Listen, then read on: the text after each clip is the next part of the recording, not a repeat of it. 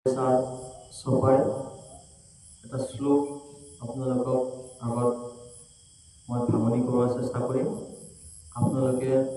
আপোনালোকেও মোৰ সৰিহৰে বুজিবৰ কাৰণে চেষ্টা কৰিব।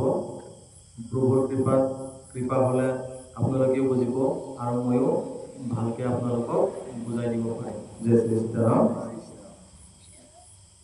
হনুমান চালিচাৰ প্ৰথম চপাই जे हनुमान ज्ञान गुण सागर, जे कपि सती हो लोक उजागर, राम दूत अतिलत बल धामा, अंजनी पुत्र पवन सुत नामा। কৈছে হনুমানজী, যে হনুমান জ্ঞান গুণ সাগৰ হৈছে। হনুমানজী হৈছে জ্ঞান গুণৰ সাগৰ। যেনেকুৱা সাগৰত কোনে দিওঁ মানে কি নহয়, পানী বা জল শেষ নহয়, ঠিক তেনেকুৱাই হনুমানজীৰ জ্ঞান কোনো কাৰণত কেতিয়াও কি নহয়, শেষ নহয় বুলি কৈছে।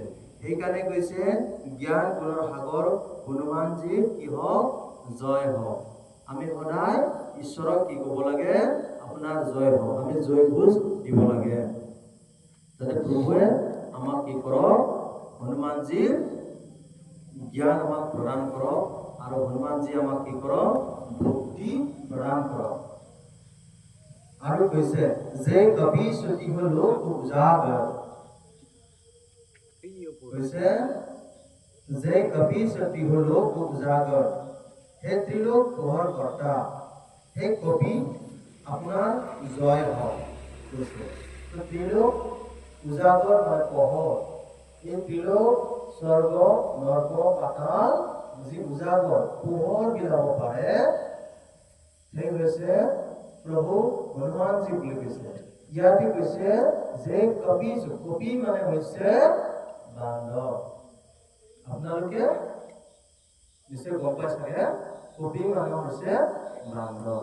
কিন্তু হনুমানজী ৰাম ৰাম কৈ বান্দৰ হৈও কি হৈছে, সুন্দৰ হৈছে বুলি কৈছে। ঠিক সেইকাৰণে হনুমানজীৰ কাণ্ডক কি কাণ্ড বুলি কয়, কৰ্ম। হনুমানজী কি কয়, সুন্দৰ কাণ বুলি কয়। হনুমানজীৰ যিখন কাণ, সুন্দৰ কাণ বুলি কয়, সুন্দৰ কাণ বুলি কয়। আৰু কৈছে ৰাম দূত অতিলত বল ধামা, কৈছে হনুমানজী হৈছে অতুল, কি হৈছে ৰামৰ দূত বুলি কৈছে, আৰু অতুল বল সম্পূৰ্ণ। হনুমানজীৰ নিজে গম নাপায় হনুমানজী কিমান শক্তি আছিলে, হয়নে? হনুমানজীৰ কিমান শক্তি আছিলে এই নিজে পাহৰি গৈছিলে বুলি কৈছে। ইয়াতে কৈছে অতিলত বল ধামা, অতি বলৱান আছিলে হনুমানজী, অতি বলৱান আছিলে। আৰু হনুমানজীৰ সিমান বলৱান আৰু নাই, হয়নে? তো হনুমানজী কি কৈছে, অতি বলৱান আৰু কি কৈছে, ৰামৰ দূত বুলি কৈছে। এতিয়া দূত মানে কি, যেতিয়া সীতাক বিচাৰিব গৈছিলে, হয়নে নহয়, মাতা সীতাক কোনে বিচাৰিছে, বিচাৰি ওলাইছে হনুমানজী। পৱন সুত হনুমানজী কি কৰিছে, লংকাত গৈ মেলি বিচাৰিছে, তো বিচাৰি পাইছে। সেইকাৰণে হনুমানজী কি কৰিছে, দূত বুলি কৈছে। ৰামজীৰ যিমানখিনি কথা আছিলে সকলোখিনি গৈ মেলি কি কৰিছে, মাতা সীতাক কৈছে, নহয় জানো? তো ৰামৰ দূত কোন বুলি কৈছে, হনুমানজীক প্ৰভু ৰামচন্দ্ৰৰ দূত বুলি কৈছে।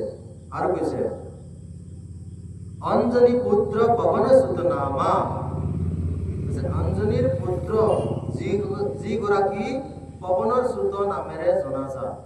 এতিয়া কি কৈছে, অঞ্জনী পুত্ৰ বুলি কৈছে, পৱন সুত বুলি কৈছে, কেশৰী নন্দন বুলি কৈছে। আৰু হনুমান চালিচাত আমি যিখন পঢ়ি আছো ইয়াত কৈছে শংকৰ সুবনা বুলি কৈছে। তেতিয়াহ'লে হনুমানজী কি কৈছে, পৱনৰ পুত্ৰ বুলি কৈছে, অঞ্জনীৰ পৱনৰ পুত্ৰ বুলি কৈছে, কেশৰীৰ পুত্ৰ বুলি কৈছে, আৰু কাৰ পুত্ৰ বুলি কৈছে, শংকৰ মহাদেৱৰ পুত্ৰ বুলি কৈছে। তো মই যিখন পঢ়ি আছো মহাদেৱৰ পুত্ৰ বুলি কৈছে। তো এজন ব্যক্তিৰ কেইজন পুত্ৰ বুলি কৈছে এতিয়া? তিনিজন। ইয়াৰ কাৰণ আছে, হনুমান চৰিত্ৰ পঢ়িলে গম পোৱা যাব। পিছত আমি ভালদৰে পাৰিলে হনুমানজীৰ কেনেকৈ তিনিজন পুত্ৰ হ'ল এইখিনি পাছত আমি কম। তো হনুমানজীৰ প্ৰথম যিটো সোপাই এইখিনি কৈছে যে হনুমানজী জ্ঞান গুণৰ সাগৰ, ইতিমধ্যে মই ক'লো, আপোনালোকে নিশ্চয় বুজি চাগে। ত্ৰিলোক পোহৰ কৰ্তা, আৰু কি কৈছে? হনুমানজীৰ অতি বলৱান বুলি কৈছে, আৰু ৰামচন্দ্ৰ দূত বুলি কৈছে। অঞ্জনীৰ পুত্ৰ, যিগৰাকী পৱনসুত নামেৰে আমি সকলোৱে জানো। আৰু হনুমানজী সদায় কাৰ গুণগান কৰি আছিলে? প্ৰভু ৰামচন্দ্ৰ। জয় শ্ৰী সীতাৰাম।